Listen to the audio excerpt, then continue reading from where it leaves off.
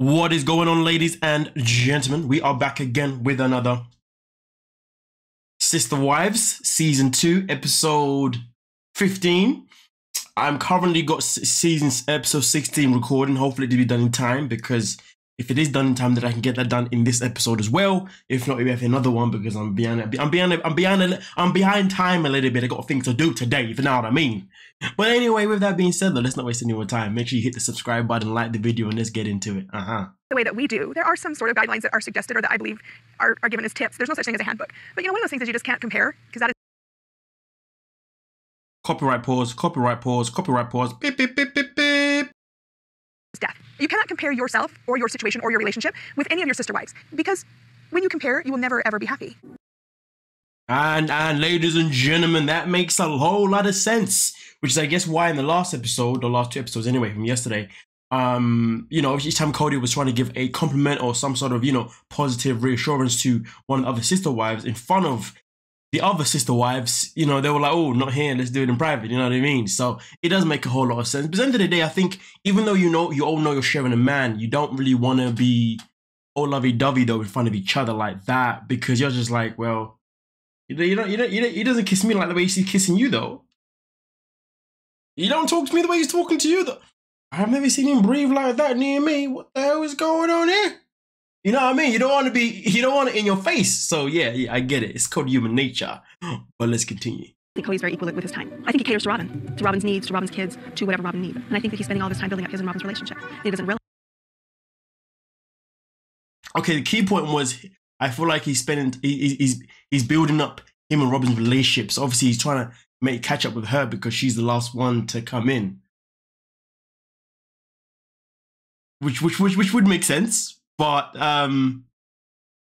realize that our relationship really isn't that great, and he needs to spend some time developing our relationship too. I've never been here with Christine.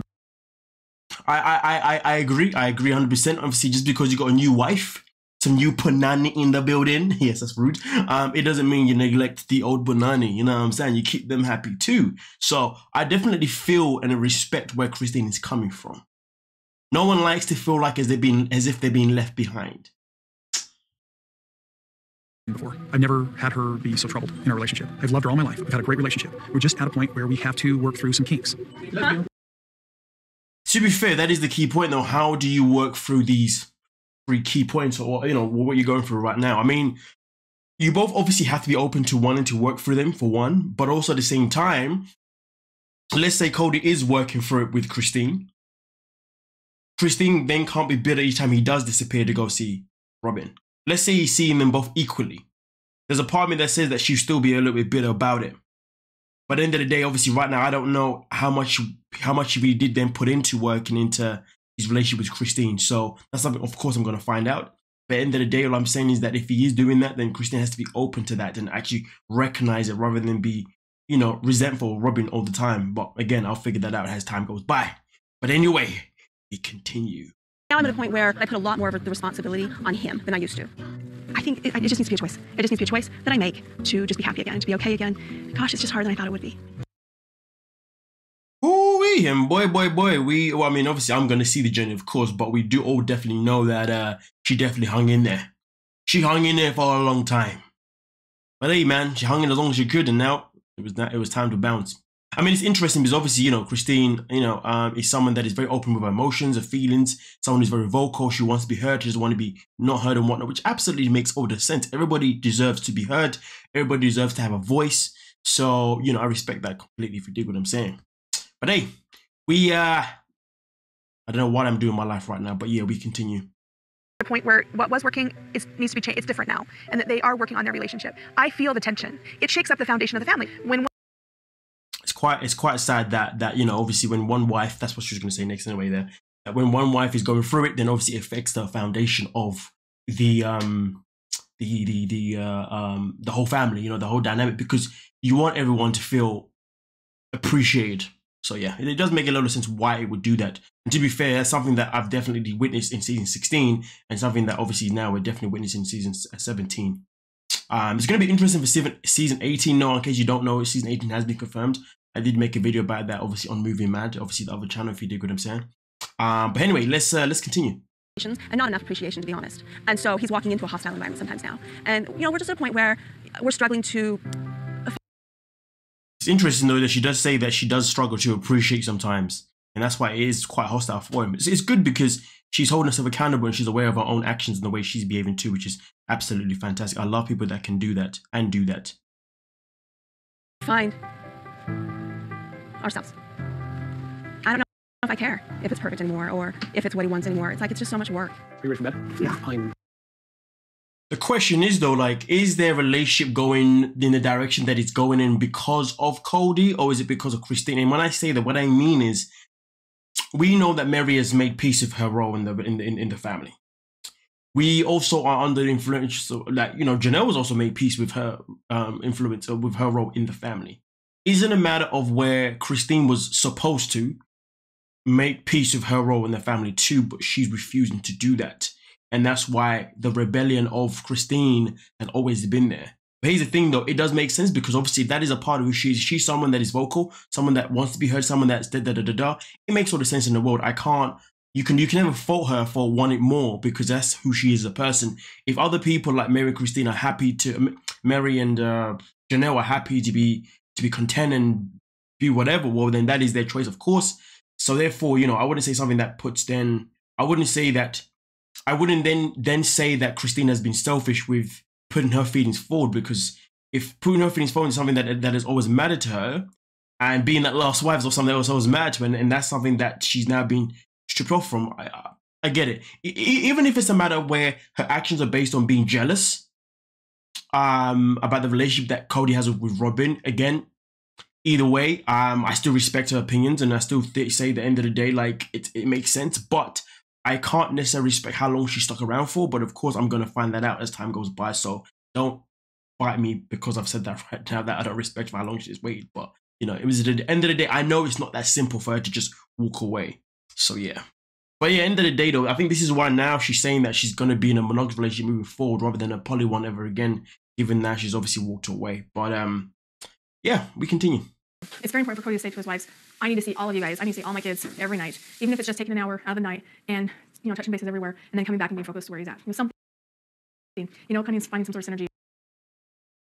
Boy, man, I don't want to lie to you. That whole scene itself in particular, just listening to it, I was like, boy, man, that's a whole lot of work. 4 wives, tons of children, house to house to house to house, hour here, hour there, 2 hours here, 2 hours there. That is effort. Imagine if he had to go and pretty much sleep with each wife on that day, like, you know what I mean? 1 hour, another hour, another hour.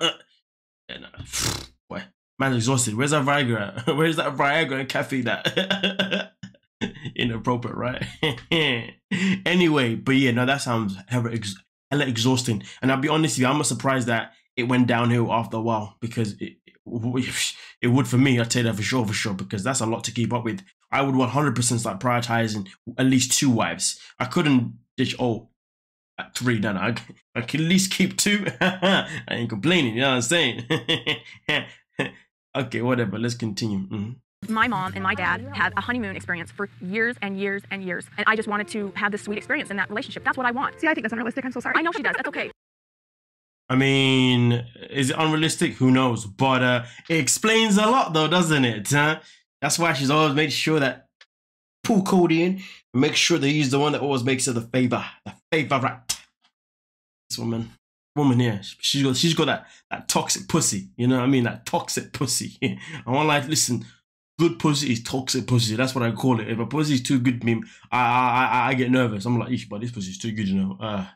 Something's got to give. There's going to be something wrong with her, man. I don't know what it is, but there's something wrong with her. All of a sudden, she's a psychopath. All of a sudden, she's doing all talk and this, talk and that. And I'm like, I knew there was something wrong with you, man. Toxic. This is what, listen, he's prioritizing for a reason. He's probably got the best pussy out of all of them. Inappropriate, I know, but I'm just saying.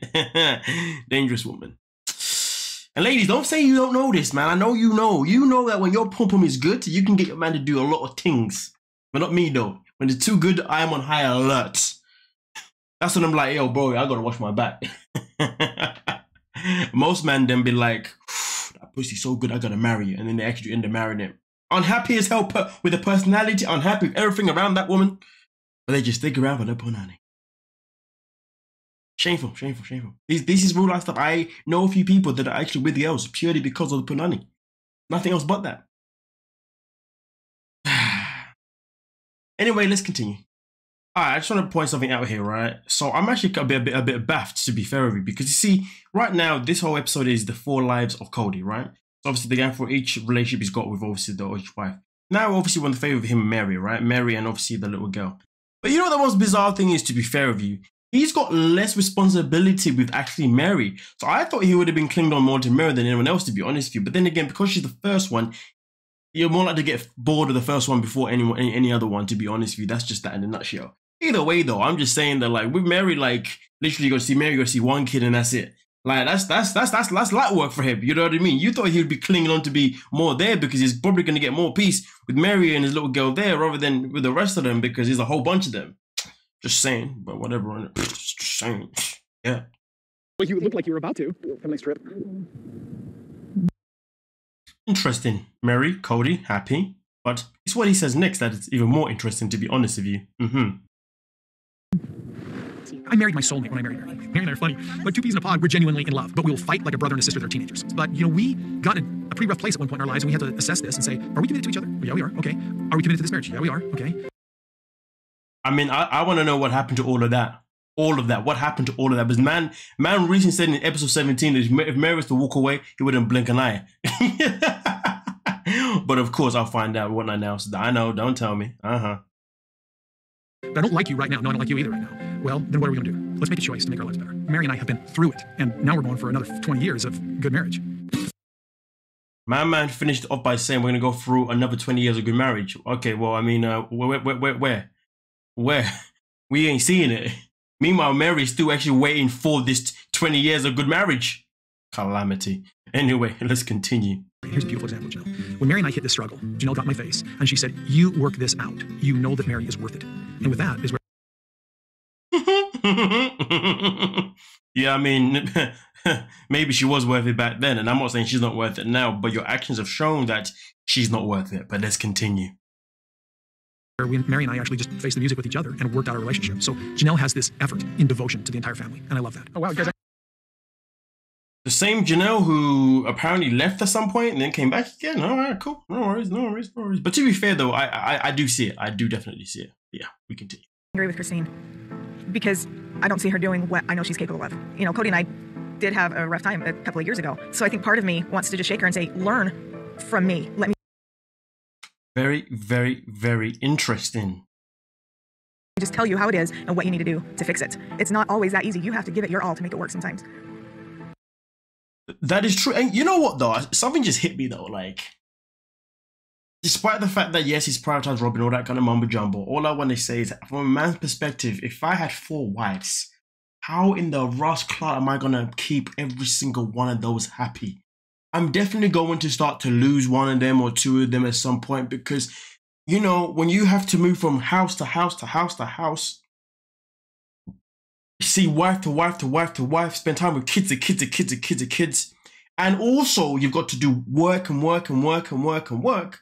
I'm not surprised that Kody became this person that has this narcissistic persona now, you know, that has this narcissistic trait because you get to a point, you know, where you're just like, but what about me though? Like, you're always fussing about this and that, but have you ever sat there and asked me, well, what do I want?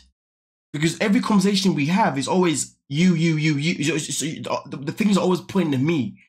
But the thing is, obviously, that is what you sign up for, of course. That is exactly what you sign up for. Kody can't say too much. But at the same time, though, I can say this for sure, though.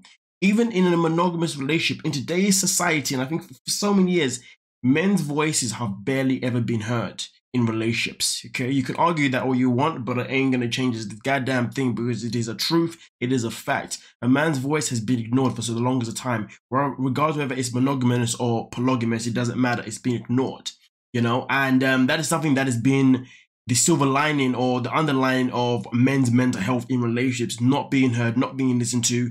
And this, you know what I mean? And this is something that happens for good men. Now, Kody somewhere clearly was a good man because he had his wives happy at some point, I guess pre-Robyn, right? But even when she came in, he was still trying. I think obviously, yes, he was prioritizing Robyn a bit more because she's new.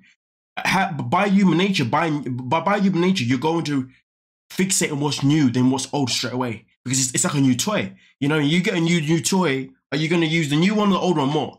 You know what I mean? Okay, you know, you get a new TV, you're gonna, you know what I mean? Like, you know, you get a new PlayStation or whatever, you're gonna go for what's new first. You get a new phone, so you're always gonna prioritize what's new first rather than prioritize what's old.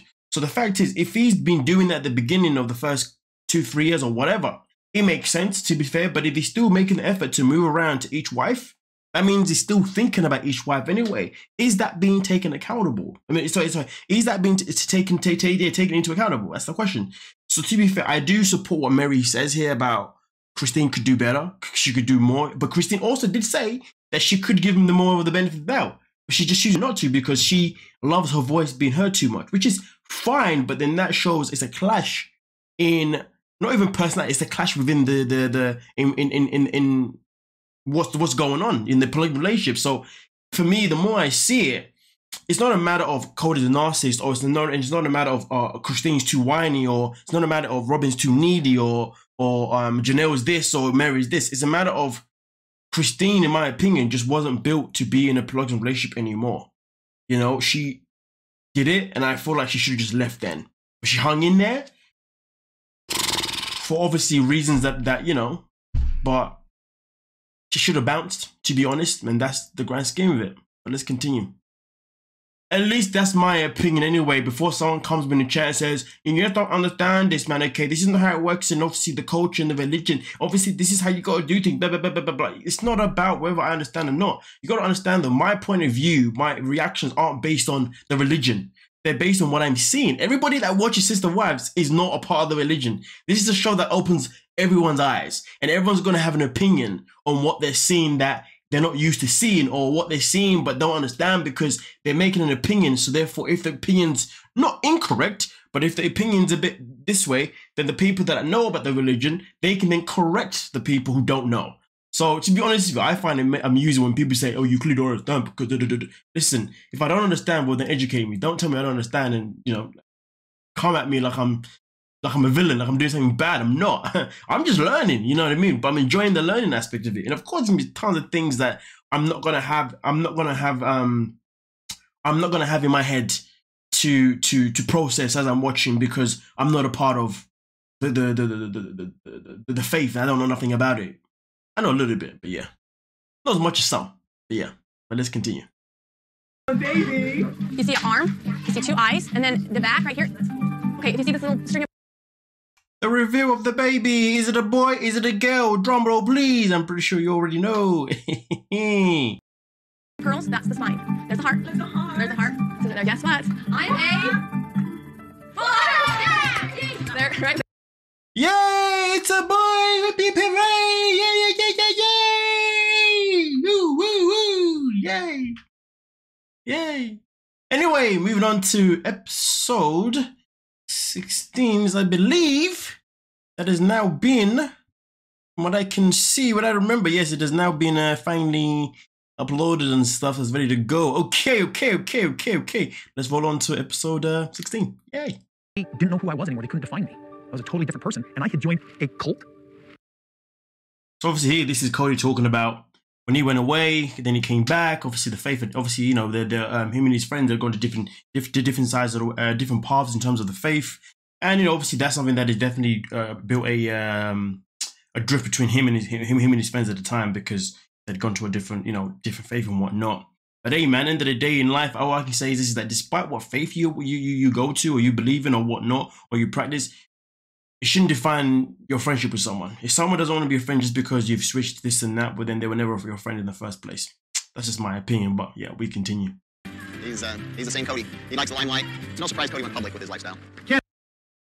So this is the friend, you know, that they both went separate ways, whatever, and obviously they're now making a reconnection. It's interesting because his friend is basically the first person to basically put it out there that Kody definitely has that me mentality, and that spotlight mentality, which is, you know, something that can be put underneath the narcissistic trait, to be honest with you. So it's obviously something he's always had about him. But for me personally, like I said before, I respect the fact that he was able to even keep his wives happy for as long as he bloody did, because that is a journey. But yeah, we continue. and I fell in love, and we had a wonderful experience investigating this faith, so to speak, together, because Meri was in it, but she was, her and her family were. But this is Kody talking about the fact that even when he was doing his own service and whatnot, he was really thinking about being, you know, in a polygamous relationship, and this is something that he definitely was always open to doing. And then, of course, once him and Meri met, they fell in love, and because it's something that Meri was about, this is obviously how. Well, this is where we are right now with me playing the clip that we've just listened to, basically in a nutshell. Yeah. Sort of facilitating my experience a little bit. And well, that's it. Well, I mean, not as in that's it. That's the episode. I mean, like, yeah. I'm sure I made sense, but yeah, let's continue. That you say that you would be offended if they tried to teach you about their belief system when you sat here and said, while I was on my mission. So obviously, you think it's okay for you to go out and tell people about your theological beliefs.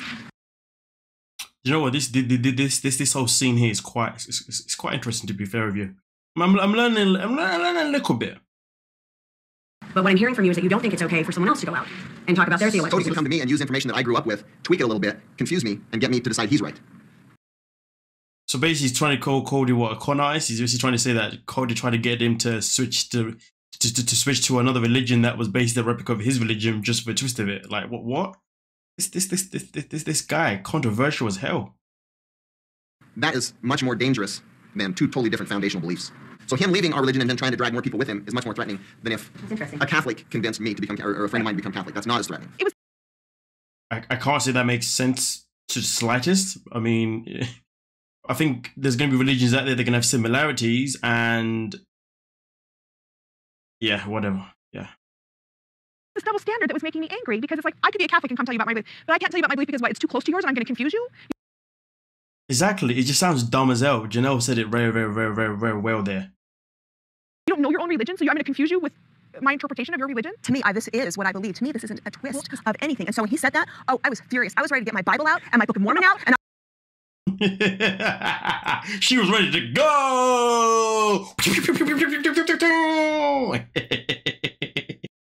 I was ready to go. Well, how do you explain this? Explain this. Our friendship is being tolerant with each other's beliefs, enjoying each other's company, wishing the best for each other. And that's a really good place to be. When you go through the initial shock, it's just going to be that way. Right. So that's all that really matters. Just wishing the best for each other, and that's it, man. Keep it civil, keep it respectful, and case closed. Like, come on, you know, we don't.